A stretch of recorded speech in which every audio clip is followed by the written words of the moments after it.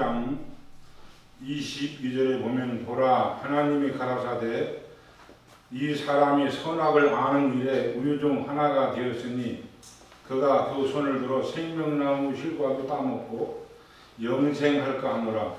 여호와 하나님이 에덴 동산에서 그 사람을 내어 보내어 그의 근본된 토지를 갈게 하시니라. 이같이 하나님이 그 사람을 쫓아내시고 에덴 동산 동편에 그릇들과 그릇 또는 화영금을 두어 생명나무의 길을 지키게 하시니라. 오늘 하나님 말씀의 제목은 선악과 생명의 나무라는 말씀을 가지고 말씀을 드리겠습니다. 아담이 선악과를 따먹고 하나님이 하지 마라, 따먹지 마라는 그 계명을 어겨서 죄를 진 상태에서 만약에 영생하는 열매를 먹으면 영원한 죄인이 되고 맙니다. 영생이라는 것은 우리 죄가 다 청산되고 우리 죄가 다 도말되고 우리 죄가 다 해결된 상태로 들어가야 영생을 하는데, 만약에 아담이 하와가 선악과를 따먹은 상태에서 선악을 아는 일, 죽음과 생명 아는 일에 그것으로 끝나서 만약에 생명나무를 따먹었다면 그들이 선악과를 따먹은 죄인인 상태로 영생할 수가 없기에 하나님은 에덴이라는 동산에서 쫓겨냈습니다. 에덴은 원어에 보면 행복동산입니다. 이 행복동산이라는 말은 하나님만이 행복을 가지고 계시고 그분만이 영원한 행복이 있습니다. 여러분이 잘 아시는 사랑이라는 말을 많이 하죠. 에로스 사랑은 인간들과 관계의 사랑으로서 이 에로스 사랑은 어떤 조건이 형성돼야 돼. 마누라한테 돈을 많이 벌어다 줘야 마누라가 좋아하지, 돈도 안 벌어다 주고 아무것도 않는 상대성이 연결되지 않으면 마누라한테 남편은 엄청나게 구박을 받습니다. 그러므로 이 에로스 사랑은 어떤 상대성이 무엇인가가 충족되어야만 이 에로스 사랑이 되어지는 겁니다. 그 다음에는 필레오 사랑인데, 필레오는 친구 간의 사랑입니다. 친구 간의 사랑. 그런데 이 친구 간의 사랑은 친구가 어떤 대상이냐에 따라서 이 사랑이 달라집니다. 만약에 강도의 친구를 만나면 그 사랑이 강도의 친구가 됩니다. 만약에 사기꾼의 친구가 되면은 그 필레오 친구 간의 사랑은 사기꾼의 친구가 될 수밖에 없습니다. 그러나 우리는 예수님이 우리 친구가 되셨다니 얼마나 감사합니까? 나를 죄를 위해서 구원하시고 생명을 주시고 영원한 영생을 주신 하나님, 우리 예수님이 우리를 친구가 되신다고 말씀하셨습니다. 마지막으로 여러분 잘 아시는 아가페 사랑입니다. 하나님이 예수 그리스도가 세상에 오셔서 십자가에 달려 죽으셔서 우리는 죄인인데 우리는 예수님한테 아무것도 한 것이 없는데 그분의 사랑이 기쁘시기에 그분이 우리를 위해서 죽으신 그 사랑을 아가페 사랑입니다. 그러므로 사람은 하나님이 주시는 아가페 사랑을 절대로 할 수가 없습니다. 여러분이 예수님처럼 조건 없이 아가페 사랑을 할 수 있다고 생각하십니까? 여러분은 에로스 사랑만 충실히 하시고 하나님의 사랑을 만끽하시기를 주님의 이름으로 간절히 축복합니다. 그러므로 선악과를 먹은 그들로 하여금 생명나무를 먹고 영생하지 못하도록 하였습니다. 에덴 동산 바깥으로 쫓아나 죄를 없이 한 다음에 영생을 주시고자 하는 것입니다. 그리고 구약 때는 우리에게 잘 아시지만 짐승을 놓고 그 각을 떠서 우리의 죄를 그 짐승에게 전달시킴으로 말미암아 율례적인 죄사함을 받았죠. 거기는 번제가 있었고 속죄제가 있었고 화목제가 있었고 또 번제 요제가 있습니다. 그러면 이 번제가 누가 해야 되겠습니까? 구약 때 바리새인들은 예수님으로부터 책망을 받았는데 그들은 애꿎은 양만 잡아서, 양을 잡아서 사람의 죄를, 또 소를 잡아서 사람의 죄를 전달시켜서 사람의 죄를 사함 받았는데, 예수님이, 하나님이 그들을 책망하신 것은, 너희들은 왜 양만 잡아서 애꿎은 소나 양이나 죽이냐? 그 양이나 소 때문에 너희가 너희 죄 때문에 죽는 것을 알으라고 했는데, 너의 죄는 전혀 알지도 못하고 양만 소만 죽이느냐 하시고, 그 제사법을 다 없애하시고 그가 십자가에 죽으셔서 그의 피로 완전한 제사를 주시고, 용서하지 못하는 용서를 그분이 십자가에서 이루신 것을 우리는 알고 있습니다. 그러므로 죄 자체는 뭡니까? 죄는 원어로 보면 하말티아라고도 하는데, 빗나간 화살, 관역을 향해서 빗나갔다 하는 것을 가리켜 하말티아 죄입니다. 하나님을 향하여 잘못된 것, 하나님을 향하여 빗나간 것이 모두가 다 죄입니다. 그러므로 10계명, 1계명부터 4계명까지는 하나님을 향하여 죄를 진 것이고, 4계명부터 10계명까지는 인간들 관계에서 이루어지는 죄라고 또 악이라고 말씀드릴 수 있습니다. 그러므로 죄 자체는 뭡니까? 사람의 윤리적인 박애주의 정신적인 죄보다는 성경에 말하는 죄는 뭡니까? 죄 자체는 성경에는 죽음입니다. 죽음. 사람이 육체적인 죽음이 있기도 하는가 하면은 영혼에 대한 죽음이 있습니다. 영은 죽지 않는데, 그 영이 죽었다는 말은 하나님과 영생을 주시는 하나님과 관계가 상실된 상태, 그분과 에덴 동산에 쫓겨나서 그분과 사귐이 멀어진 상태, 하나님과 교제할 수 있는 교제가 멀어진 상태를 가리켜 영혼이 죽었다 말할 수 있습니다. 영은 항구적인 존재이기 때문에 사람들 육체처럼 소멸되거나 없어지는 죽음이 아닙니다. 하나님과 영이 죽었다는 말은 영생을 주시는 영생의 주이신 아버지로부터 관계 상실이 끊어진 상태, 그분과 사귐이 되지 않고 그분과 기도할 수 있는 길이 없는 그 상태를 가리켜 영이 죽었다 말씀드릴 수 있습니다. 죽음이 영존하면 영원히 죽음이 되고 영원한 죄인이 되어버리고 합니다. 죄를 없이시고 영생하라고 주님이 에덴 동산에서 아담과 하와를 쫓아낸 겁니다. 여기 화영검으로 지키고 내쫓았다 말합니다. 화영검. 이런 화영검은 여러분 무엇으로 생각합니까? 성경의 히브리서 1장 14절에 보면 하나님을 구원을 후사로 하나님을 돕는 하늘의 천사들을 보냈다고 그랬습니다. 화영검. 이게 불 같은 천사도 있고 바람 같은 천사도 있고 여러 가지 천사들이 자기 실제 몸은 없지만 다른 사람의 몸을 통해서 사람처럼 보이기도 하고 바람처럼 보이기도 하고 어떤 때는 불처럼 보이기도 합니다.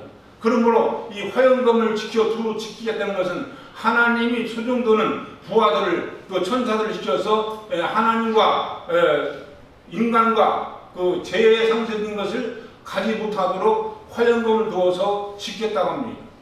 여러분 우주를 보면 아인슈타인은 우주 지름을 72억 광년을 말하고 요새 물리학자인 호킹 박사는 우주 둘레가 120억 광년, 200억 광년까지 말합니다.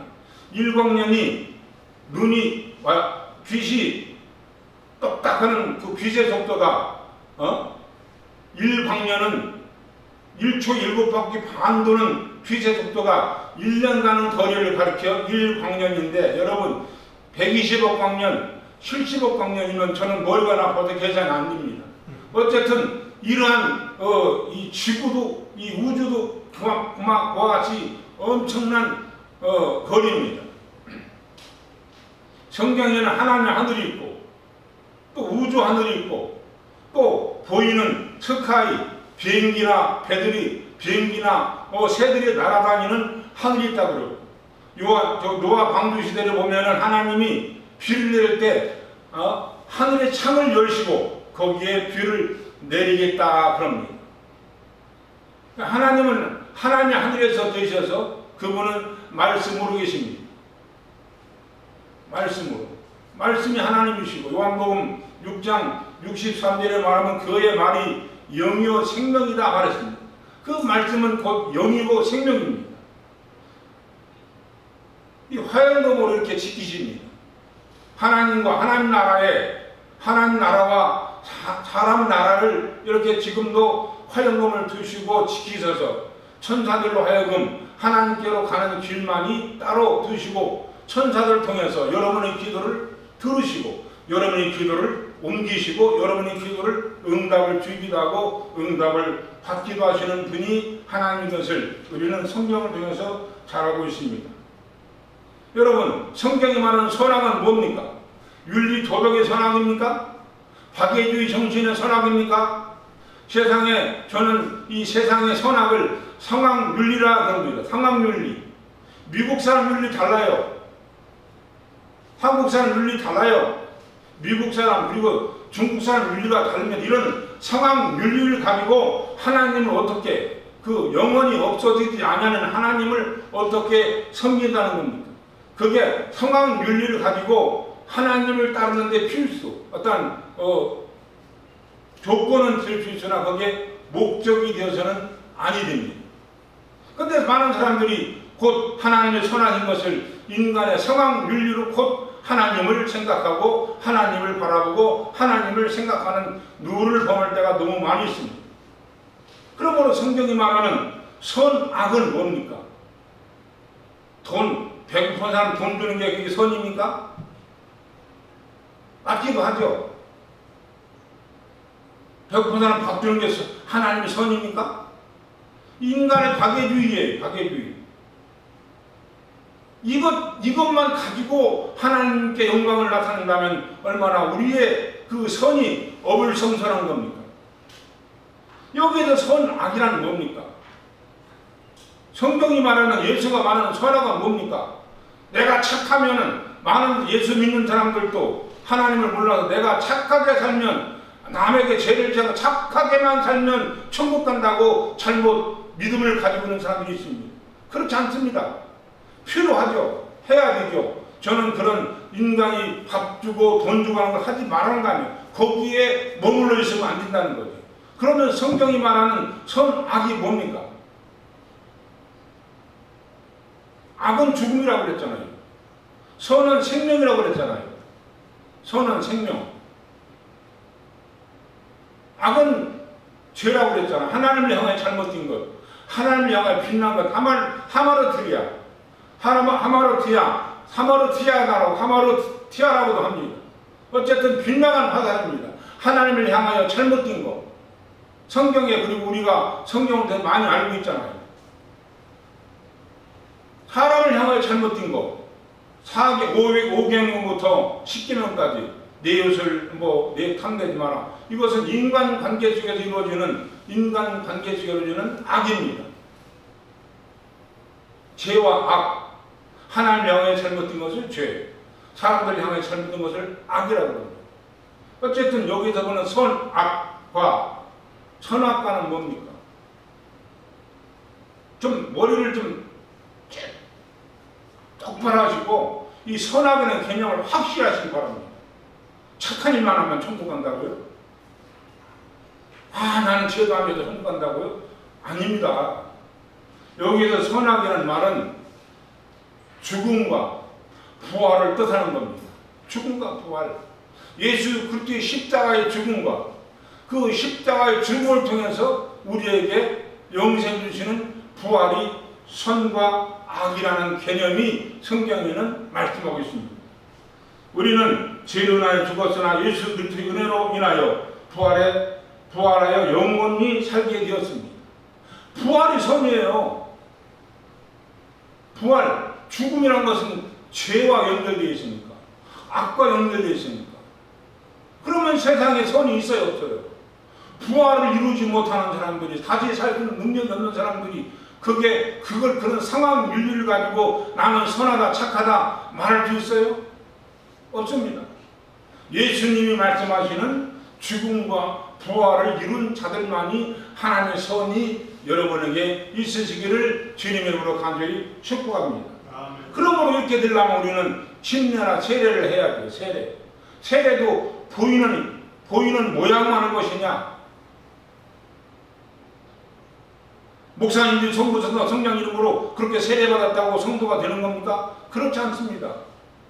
세례는 성경에 진짜 성경은 성령 세례인데, 성령 세례는 뭐와 연관되어 있어요? 무엇과 육체의 하나님과 연결되어 있습니까? 영과 관계된 것으로 연결되어 있습니까?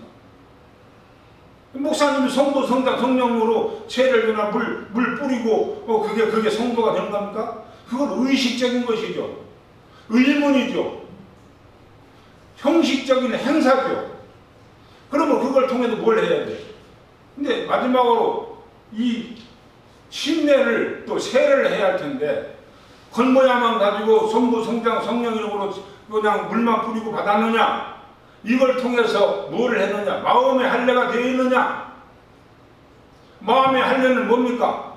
인간의 의를 예수 그리스도의 십자가에 매달고 버려버리고 속에 있는 속사람이 새로워져서 하나님의 생명으로 이루어지는 저와 여러분들을 주님의 이름으로 간절히 축복합니다.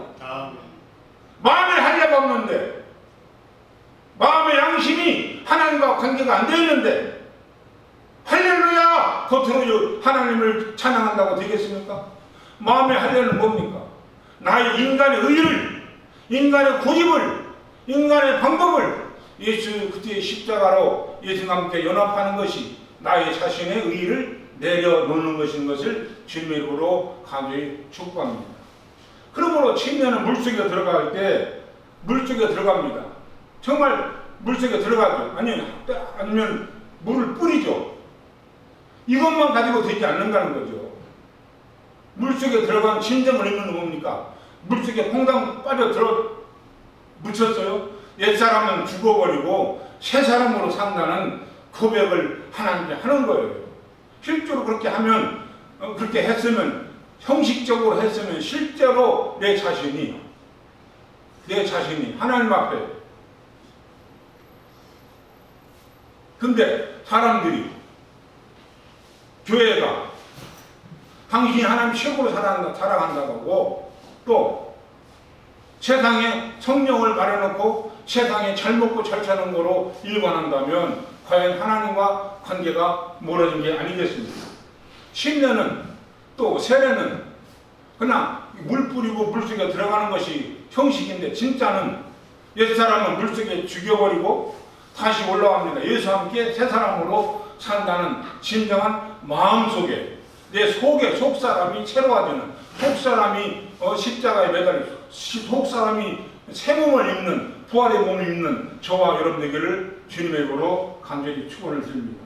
베드로전서 3장 21절에 보면 예수 그리스도의 부활하심으로 말미암아 이제 너희는 구원하는 편이 곧 침례라 또 세례라 육체에 더러운 것을 제하여 버리면 아니요 오직 선한 양심이 하나님을 향하여 찾아가는 것이니라 그랬어요.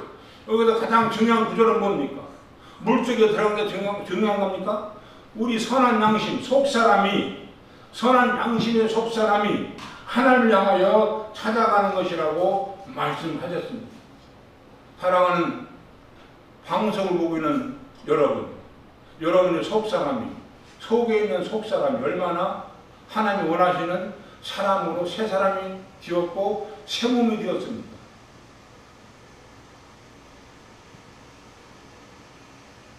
그러므로 선한 양심은 사람들의 양심은 거기에 하나님 나라 성령이 계시는 곳인데, 선한 양심이 하나님을 향하여 가는 것이 우리의 진정한 신앙이에요.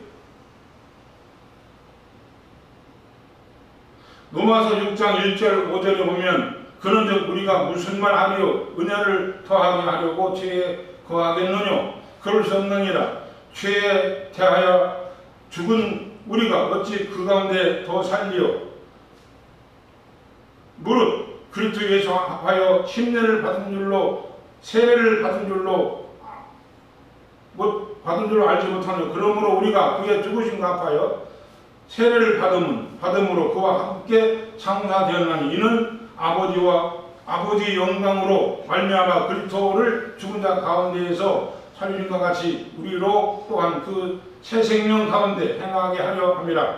만일 우리가 그의 죽으심을 본받아 연합한 자가 되었으면 또한 그의 부활을 본받아 연합한 자가 되리라고 말씀하고 계십니다.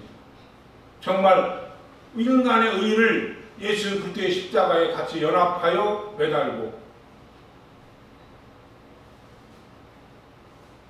육신의 말만 입만 열으면 복받아라 복받아라 축복한다 축복한다 하는데 얼마나 우리의 신앙이 지금 방향이 잘못되어 가고 있습니다.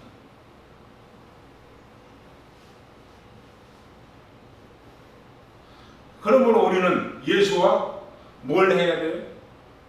예수와 믿기만 하면 돼요? 연합해 연합. 그 연합은 뭐예요? 십자가 연합이에요. 그분과 한 덩어리 같아요. 그분과 자꾸 제가 말하잖아요.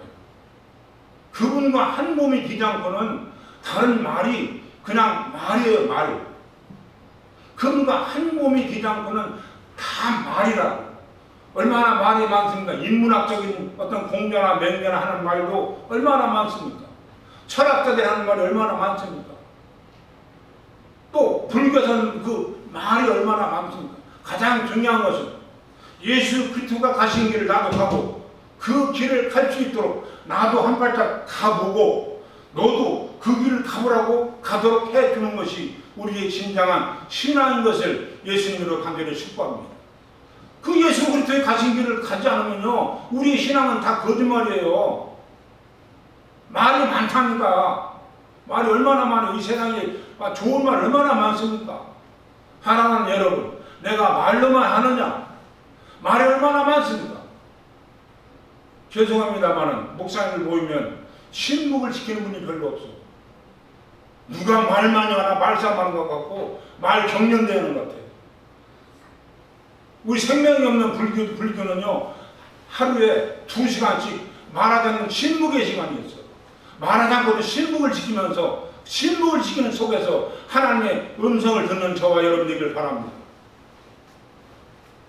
뭘 달라고 기도한 건 애야, 어린애야. 어린애가 자꾸 젖달라고 하는 것처럼 정말 성성한 신앙은 뭡니까? 가만히 있으면서 내 안에 있는 성령의 소리를 들어서 그 성령의 소리를 듣고 하나님이 무엇인지 알고 그 뜻대로 순종하는 성숙한 어른이 된 신앙인이 되기를 바랍니다. 막 주세요 하기보다는 가만히 눈을 감고 앉아서 주세요 하는 것도 필요하겠죠. 애들은 자꾸 하려고 하니까 어른이 돼가지고 지금 하나님이 아버지가 우리 성령이 무슨 말씀하시는가 하고 조용히 앉아서 내 속에서 가슴에서 울림을 놓고 잠은 자가 가는 그런 음성을 들으시기를 예수님의 이름으로 간절히 축복합니다. 그러므로 우리는 예수와 연합하여 옛사람은 예수와 함께 물속에 들어가 죽여버리고 새 사람, 속에 있는 속사람, 새 사람이 다시 살아나서 그 속사람으로 인하여 하나님의 생명의 부활의 몸으로 이루어지는 저와 여러분 되기를 주님의 이름으로 간절히 축원을 드립니다. 그러므로 마지막으로 침례는 이 침례나 세례나 같은 말이거든요. 근데 왜 침례가 오느냐 세례가 오느냐 피터리게 싸우냐고 그 말이 그 말인데 이건 모양이거든요. 이 모양을 통해서 진짜 뭐 해야 돼? 성령 침례를 성령 세례를 받아야 돼. 마음의 할례를 받아야 돼. 그럼 마음의 할례를 어떻게 해요? 말로만? 마음의 할례는 뭡니까? 예수 그리스도와 십자가 같이 연합하는 거예요. 인간의 의를 찾고 예수님이 육체를 그가 육체를 우리의 죄를 지고 죽으신 것처럼 내 인간 육체의 의를 사랑하는 여러분 육체의 죄의 모양을 욕처럼 미워하지 않고는 절대로 속사람이 살아날 수가 없습니다. 근데 얼마나 세상 겉에 있는 사람을 자꾸 올려줍니까?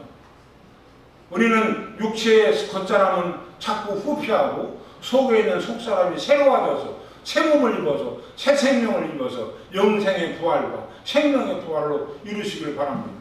주님의 은혜는 세상에 돈 많이 버는 은혜지만 세상에 많은 걸 가져 아들이 자식이 좋은 학교에 가는 것도 은혜지만 정말 은혜는 예수 그리스도가 십자가에 죽으시고 우리를 위해서 생명을 주고 영생을 준 것이, 우리 죄를 용서한 것이 최고의 은혜인 것을, 그게 최고의 은혜가 아니라고 하면 안 돼요. 에이, 목사님 뭐라 그래, 그건 그렇고 세상에 어쨌든 예수님의 이름으로 기도 부자가 되고 그래도 잘 먹고 잘 살고, 그것이 앞선다면 예수 그리스도의 십자가의 은혜가 우리에게 무슨 유익이 있겠습니까? 정말 우리 마음속에는 성령 세례를 통해서 아무리 무엇을 말해도 뭐합니까? 내 속에는 마음의 할례가 되지 않고 다른 걸 얘기하면 다 그 말뿐입니다. 나 자신도 그렇고. 속사람이 새로워지고 속사람이 정말 성령 세례로 말미암아 마음의 할례가 되어서 속사람이 새로워져서 부활의 몸을 입어서, 시간이 되면 부활의 몸을 어떻게 만들고, 이 속사람도 나이가 있어요. 속사람도 젊은 사람이 있고요, 늙은이가 있고요, 나이 먹은 사람이, 속사람이 있어요. 우리가 나이 먹듯이 시간이 있으면 이 속사람을 어떻게 만들며 속사람이 부활의 몸을 어떻게 만들어서 부활의 몸으로 어떻게 주님을 맞이하는가, 다음에 시간 있으면 말씀을 드리겠습니다.